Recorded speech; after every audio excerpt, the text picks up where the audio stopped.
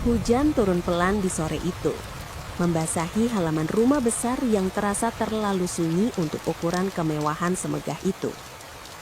Raka, sopir pribadi keluarga Wijaya, duduk diam di balik kemudi, menunggu nyonya majikannya yang tak kunjung keluar. Sudah 3 tahun ia bekerja, tapi baru hari itu ia merasakan udara rumah itu begitu berat, seperti menyimpan luka yang tak pernah diucapkan. Ketika pintu terbuka, Nyonya Alena melangkah pelan, matanya sembab. Di tengah perjalanan, tanpa rencana, mobil berhenti di pinggir jalan. Aku lelah, Rak, ucapnya lirih. Raka menoleh, ragu. Kalau boleh, temani aku sebentar saja, lanjut Alena, suaranya bergetar. Di antara diam yang panjang, Alena mendekat bukan dengan hasrat, melainkan keputusasaan manusia yang kesepian. Peluk aku, atau sekadar rangkul bahuku. Aku butuh merasa ditemani. Pintanya pelan. Raka terdiam, jantungnya berdebar. Bukan karena nafsu, tapi karena empati. Ia tak menyangka hari itu menjadi awal dari kisah yang akan mengubah hidupnya. Ternyata sahabat semuanya, sebelum lanjut ceritanya, tuliskan dulu di kolom komentar dari kota mana kalian menonton. Semoga yang like dan subscribe channel ini dimudahkan segala urusannya, dilapangkan rizkinya, disehatkan badannya dan dikabulkan semua hajat dunia akhirat oleh Allah Subhanahu wa Ta'ala. Amin ya robbal alamin. Sekarang mari kita lanjut. Raka tumbuh dari keluarga sederhana. Setiap pagi ia mengingat pesan ibunya. Bekerja jujur, tahu batas, dan jangan pernah lupa diri. Namun duduk di samping Alena sore itu, batas-batas itu terasa diuji oleh kenyataan hidup yang jauh dari hitam putih. Alena bercerita tentang suaminya yang jarang pulang, tentang rumah yang luas tapi dingin, dan makan malam yang selalu berakhir dengan kursi kosong di seberang meja. Orang mengira aku bahagia, kata Alena sambil tersenyum pahit. Raka hanya menjawab, kadang yang terlihat utuh justru paling retak, Bu. Alena menatapnya lama. Kamu berbeda dari sopir sebelumnya. Kamu mendengarkan. Dialog sederhana itu membuka ruang yang lama tertutup. Raka bukan sekadar sopir, tapi manusia yang hadir. Ia menyadari, kesepian bisa menyerang siapa saja, tak peduli status atau harta. Dalam keheningan mobil, hanya suara hujan dan nafas tertahan, keduanya merasakan sesuatu yang tak bernama. Bukan cinta, belum juga keinginan, melainkan pengakuan bahwa mereka sama-sama manusia yang rapuh. Hari-hari berikutnya berubah perlahan. Raka kini sering diminta menunggu lebih lama, bukan untuk perjalanan, tapi untuk menemani Alena berbincang di teras rumah. Mereka berbicara tentang hal kecil, kopi pagi, lagu lama, dan mimpi yang tak pernah tercapai. Kamu pernah merasa tak dianggap? Tanya Alena suatu malam. Raka tersenyum kecil. Sering, Bu, tapi saya belajar berdamai. Alena menghela napas. Aku belum bisa. Kedekatan itu tetap dijaga dalam batas sopan, namun emosi kadang melampaui logika. Alena kerap menatap Raka lebih lama dari seharusnya. Sementara Raka belajar mengalihkan pandangan, takut melanggar garis yang tak tertulis. Namun setiap kata yang terucap, setiap diam yang tercipta, membangun ketergantungan emosional yang tak mereka rencanakan. Ini bukan kisah cinta klise. Ini kisah 2 orang dewasa yang terluka, saling menemukan tempat aman di tengah kesepian masing-masing. Suatu malam, Alena menerima kabar bahwa suaminya kembali menunda kepulangan. Wajahnya runtuh seketika. Aku bodoh berharap, katanya lirih. Raka berdiri canggung. Ibu tidak bodoh, ibu hanya setia. Air mata Alena jatuh. Untuk pertama kalinya, ia tak menyembunyikannya. Raka memberanikan diri berkata, kalau ibu berkenan, saya di sini sebagai teman. Kalimat itu sederhana, tapi maknanya dalam. Alena mengangguk. Duduk di bangku taman. Mereka tak bersentuhan, tapi kehadiran Raka menjadi penyangga emosional. Malam itu, Alena menyadari bahwa yang ia butuhkan bukan kemewahan tambahan, melainkan seseorang yang mau tinggal dan mendengarkan. Sementara Raka mulai bertanya pada dirinya sendiri, sampai kapan ia bisa berpura-pura bahwa hatinya tak ikut terlibat? Tak lama kemudian, Alena memanggil Raka ke ruang kerjanya. Suasananya formal, berbeda dari biasanya. "Saya ingin berterima kasih," kata Alena sambil menyodorkan amplop tebal. Raka terkejut. "Ini terlalu besar, Bu." "Ini bukan hanya untuk pekerjaanmu sebagai sopir," jawab Alena tenang, "tapi sebagai manusia yang menyelamatkanku dari kesepian." Raka terdiam. Dadanya sesak. Ia tak pernah membayangkan imbalan sebesar itu datang bukan dari jarak, melainkan dari kedekatan emosional. Namun bersamaan dengan itu, muncul pertanyaan besar tentang perasaan, batas, dan konsekuensi. Amplop itu menjadi simbol bahwa hidup kadang memberi hadiah dengan harga yang tak tertulis. Dan kisah mereka baru saja dimulai. Sejak amplop itu diterima, Raka merasa beban di pundaknya bertambah. Setiap pagi saat ia mengenakan seragam sopir, pikirannya dipenuhi pertanyaan yang tak pernah terjawab. Ia tetap bekerja seperti biasa, mengantar Alena ke berbagai keperluan sosial, namun jarak di antara mereka terasa aneh. Tak sejauh dulu, tapi juga tak sedekat kemarin. "Raka, kamu berubah," ujar Alena suatu siang. "Mungkin saya hanya sedang berpikir," jawab Raka hati-hati. Alena tersenyum tipis. "Aku tidak ingin membuatmu tidak nyaman." Kalimat itu justru menusuk lebih dalam. Raka sadar, ketidaknyamanan itu bukan karena Alena, melainkan karena perasaannya sendiri yang mulai tumbuh tanpa izin. Ia ingin tetap profesional, namun sulit memisahkan empati dari keterikatan. Di sisi lain, Alena mulai menyadari bahwa kehadiran Raka telah menjadi bagian penting dari kesehariannya. Mereka berdua berjalan di garis tipis antara kewajiban dan kebutuhan emosional. Tanpa tahu siapa yang akan jatuh lebih dulu. Bisik-bisik mulai terdengar dari para pekerja rumah. Tatapan penasaran, senyum setengah curiga, dan keheningan yang tiba-tiba saat Raka lewat membuat suasana semakin tegang. "Kamu harus hati-hati," bisik Pak Darto, satpam rumah. "Orang mudah salah paham." Raka mengangguk. Ia tahu resiko itu. Sementara itu, Alena justru semakin sering mengajak Raka berdiskusi tentang hidup. "Apa kamu pernah mencintai seseorang yang tak bisa kamu miliki?" tanya Alena pelan di dalam mobil. Raka terdiam lama sebelum menjawab. "Belum, tapi mungkin saya sedang belajar." Alena menoleh, menatapnya dengan mata yang menyimpan harap dan takut sekaligus. Percakapan itu menggantung, tak pernah selesai, namun cukup untuk mengubah cara mereka saling memandang. Di balik kemudi, Raka menggenggam setir lebih erat, seolah menahan dirinya agar tak melampaui batas yang bisa menghancurkan segalanya. Suatu malam, hujan kembali turun, mengingatkan mereka pada awal kedekatan itu. Alena duduk di ruang keluarga dengan lampu redup. "Aku takut sendirian," katanya jujur. Raka berdiri di ambang pintu. "Saya di sini, Bu, tapi saya tidak ingin kita salah melangkah." Alena mengangguk, matanya berkaca-kaca. "Aku tahu, aku hanya butuh ditemani." Malam itu mereka duduk bersebelahan, dengan jarak yang sengaja dijaga. Tak ada sentuhan berlebihan, hanya keheningan yang saling menguatkan. Raka menyadari, kekuatan terbesar bukan pada mendekat, tapi pada menahan diri. Alena pun belajar bahwa perasaan tak selalu harus dimiliki untuk bisa dirasakan. Namun justru karena itulah, emosi mereka semakin dalam, seperti sungai yang tenang tapi berarus kuat di bawah permukaan. Keesokan harinya, kabar mengejutkan datang. Suami Alena berencana pulang lebih lama dari biasanya. Rumah yang selama ini sunyi mendadak sibuk. "Kamu akan tetap bekerja seperti biasa?" kata Alena dengan suara datar. "Tentu, Bu," jawab Raka meski hatinya bergetar. Situasi itu memaksa keduanya kembali pada peran masing-masing. Alena bersiap menjadi istri yang sempurna di mata publik, sementara Raka kembali menjadi sopir yang tak terlihat. Namun perasaan tak bisa begitu saja disingkirkan. Setiap tatapan singkat terasa syarat makna. Setiap kalimat formal menyimpan kata-kata yang tak terucap.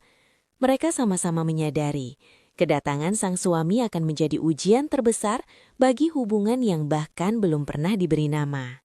Di malam terakhir sebelum kepulangan suaminya, Alena memanggil Raka. "Apa kamu menyesal bertemu denganku?" tanyanya pelan. Raka menggeleng. "Tidak, tapi saya takut kalau pertemuan ini membawa luka." Alena tersenyum sedih. Kadang luka adalah tanda bahwa kita pernah merasa hidup. Percakapan itu menjadi penutup fase kedekatan mereka yang paling jujur. Tak ada janji, tak ada pengakuan cinta.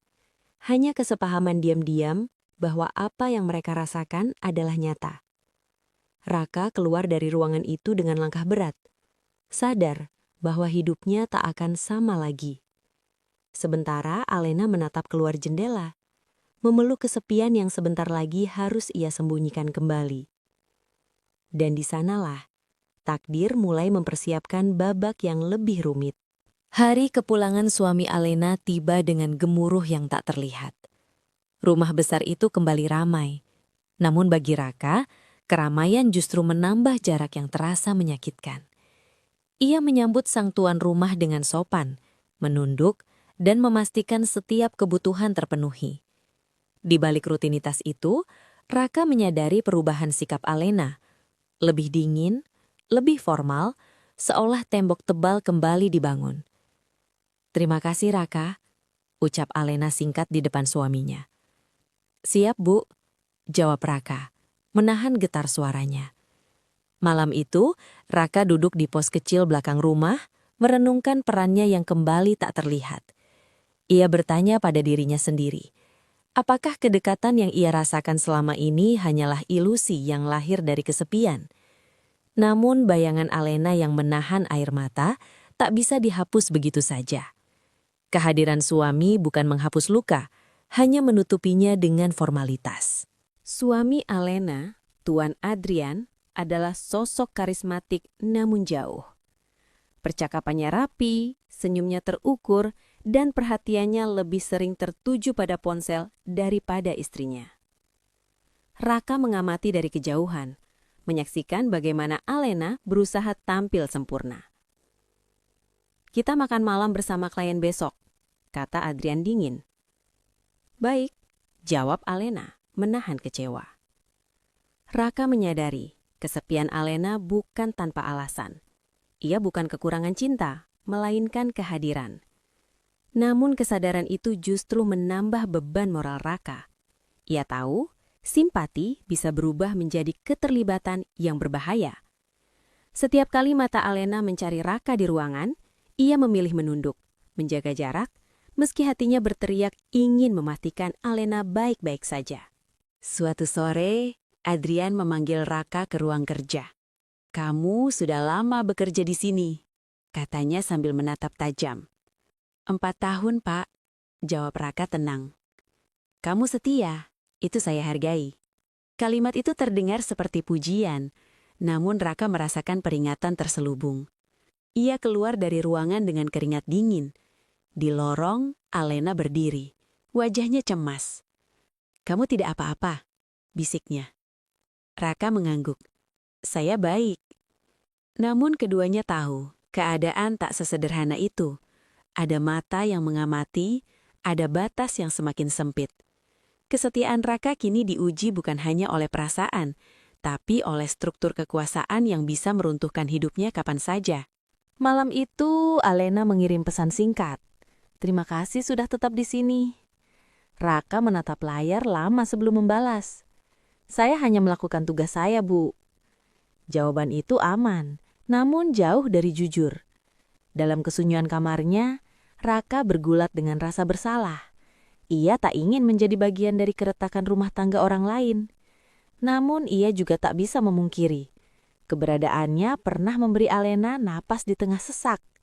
Di sisi lain, Alena duduk sendirian di kamar megahnya, merasa semakin asing di rumah sendiri. Kehadiran suami tak serta-merta mengusir sepi. Justru membuatnya sadar bahwa keintiman emosional tak bisa dipaksakan oleh status. Keesokan harinya, Alena memutuskan sesuatu. Ia memanggil Raka dengan nada tegas, namun lembut. "Aku ingin semuanya kembali profesional," katanya. Raka menunduk. "Saya mengerti." Keputusan itu seperti pisau bermata dua, melindungi mereka dari bahaya, namun juga mengubur perasaan yang tumbuh diam-diam. Mereka sepakat menjaga jarak, berbicara seperlunya, dan mengembalikan peran masing-masing. Namun di balik kesepakatan itu, ada kesedihan yang tak terucap. Raka menyadari, terkadang kedewasaan berarti melepaskan sesuatu yang tak pernah dimiliki sepenuhnya. Dan Alena belajar bahwa kesepian paling sunyi adalah ketika kita harus berpura-pura baik-baik saja demi menjaga citra. Babak ini berakhir dengan diam. Diam yang berat, namun perlu. Hari-hari setelah keputusan menjaga jarak terasa kaku dan asing. Raka bekerja dalam sunyi, menyelesaikan tugas tanpa banyak bicara. Alena pun kembali pada rutinitas sosialnya, menghadiri pertemuan dan acara amal dengan senyum yang terlatih. Namun di balik itu, keduanya memikul beban yang sama, menjalani hari dengan hati yang tertahan. Suatu pagi, Alena memanggil Raka lebih awal dari biasanya. "Kita ke bank," katanya singkat. Raka mengangguk, menyalakan mesin, mencoba menepis rasa cemas. Di perjalanan tak ada percakapan ringan seperti dulu. Hanya suara lalu lintas dan pikiran yang saling berjauhan. Sesampainya di bank, Alena masuk sendiri, meninggalkan Raka menunggu. Ketika ia kembali, wajahnya tampak mantap. Raka merasakan ada sesuatu yang akan berubah, meski ia belum tahu apa. Keheningan itu menjadi pertanda bahwa keputusan besar telah diambil, dan dampaknya akan menjalar ke hidupnya tanpa bisa dihindari. Sore harinya, Alena memanggil Raka ke ruang tamu. Kali ini suasananya resmi, namun matanya menyimpan empati.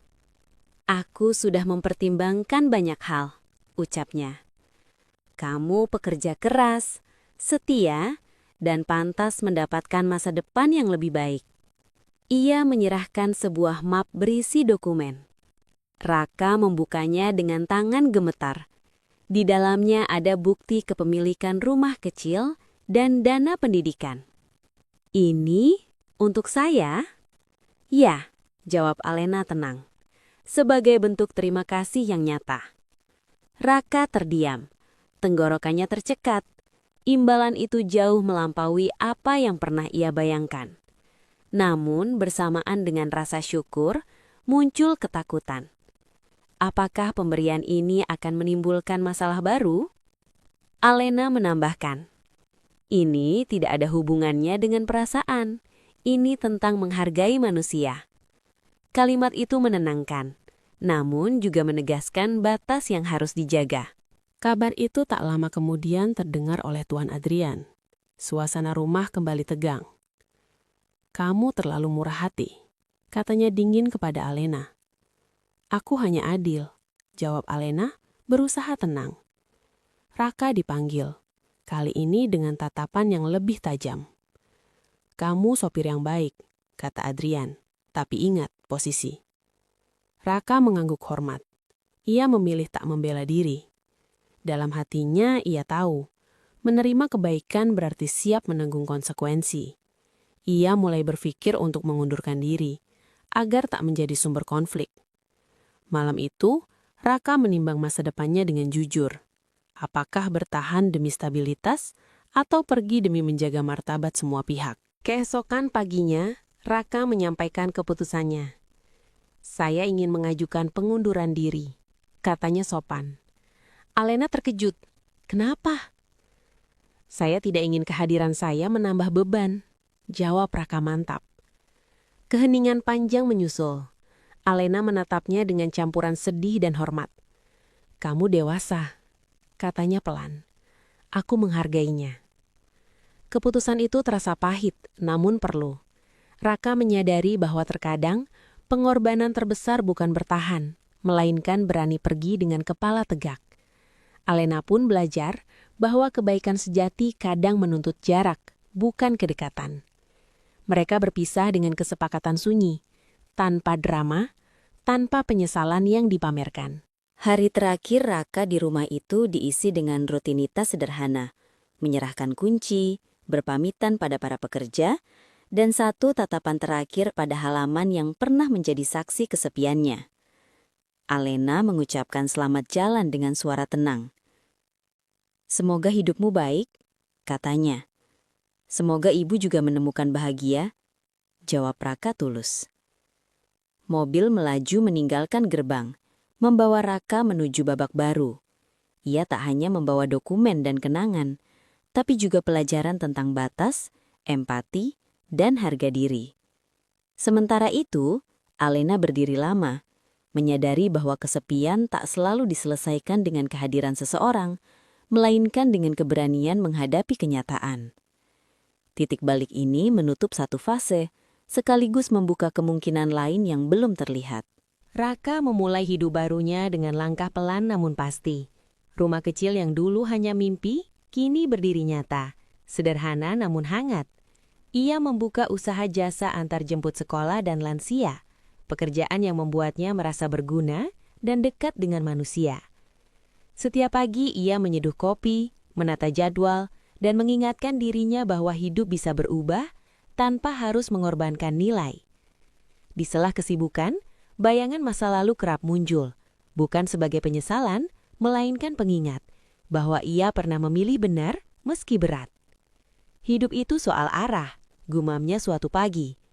Ia belajar bahwa martabat tidak dibeli oleh uang, tetapi ditegakkan oleh keputusan. Perlahan, pelanggan bertambah, kepercayaan tumbuh. Raka merasakan kebahagiaan yang tenang, bukan gemerlap, melainkan stabil. Ia tak lagi merasa kecil di hadapan siapapun. Keberanian untuk pergi telah memberinya ruang untuk bertumbuh. Di sisi lain kota, Alena menjalani hari dengan kesadaran baru. Rumah megah itu tak lagi terasa sama. Ia mengikuti terapi, belajar mengenali kebutuhannya sendiri, dan berani berkata jujur pada suaminya. Percakapan yang dulu dihindari, kini harus dihadapi. "Aku butuh kehadiran, bukan janji," katanya tegas suatu malam. Adrian terdiam, tak siap namun tak bisa mengabaikan. Perubahan tak instan, tapi Alena tak lagi menunggu tanpa suara. Ia menata hidupnya dengan pilihan sadar, bekerja sosial lebih aktif, membangun komunitas kecil bagi perempuan yang merasa terasing di rumah sendiri.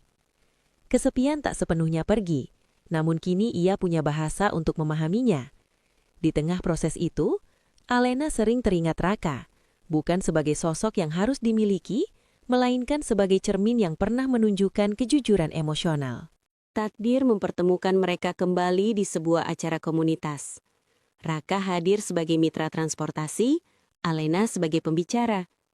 Tatapan mereka bertemu, singkat, hangat, dewasa. "Hai Raka," sapa Alena. "Selamat sore, Bu." "Alena," jawab Raka, kini tanpa canggung. Mereka berbincang ringan di sela acara, tentang pekerjaan, tentang belajar, tentang hidup yang bergerak maju. Tak ada beban masa lalu yang ditarik paksa ke depan. Yang tersisa hanyalah rasa hormat. Alena tersenyum, melihat Raka yang lebih percaya diri.